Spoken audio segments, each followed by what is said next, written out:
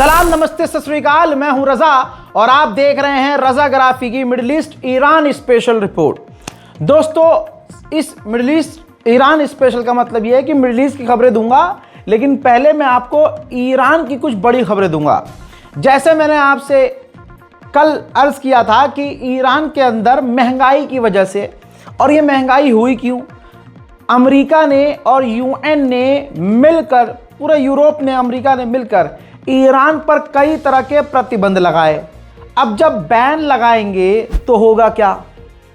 Problem तो create होनी ही होनी है और महंगाई बढ़नी है। जब इंपोर्ट होना बंद हो गया, सामान आना बंद हो गया, देश के अंदर जो खनिज पदार्थ है और कोई चीज़ें हैं वो सब महंगी हो गई। अब ऊपर से करेंसी ईरान की डाउन हो गई, तो अब वहाँ प्रदर्शन तेज़ हो गए हैं। जो मैंने आपको कल दिखाया था वो तो एक ट्रेलर था, फिल्म में आज आपको दिखाऊंगा। पूरा ईरान इस वक्त सड़कों पर उतर आया है। अब आप इन वीडियोस को देखकर सोचिएगा कि दुश्मन यानी इजराइल और अमेरिका इस मामले में कितने इन्वॉल्व होंगे और वो कितना खुश हो रहे होंगे। ईरान की सड़कों पर जगह जगह प्रदर्शन जारी हो चुके हैं।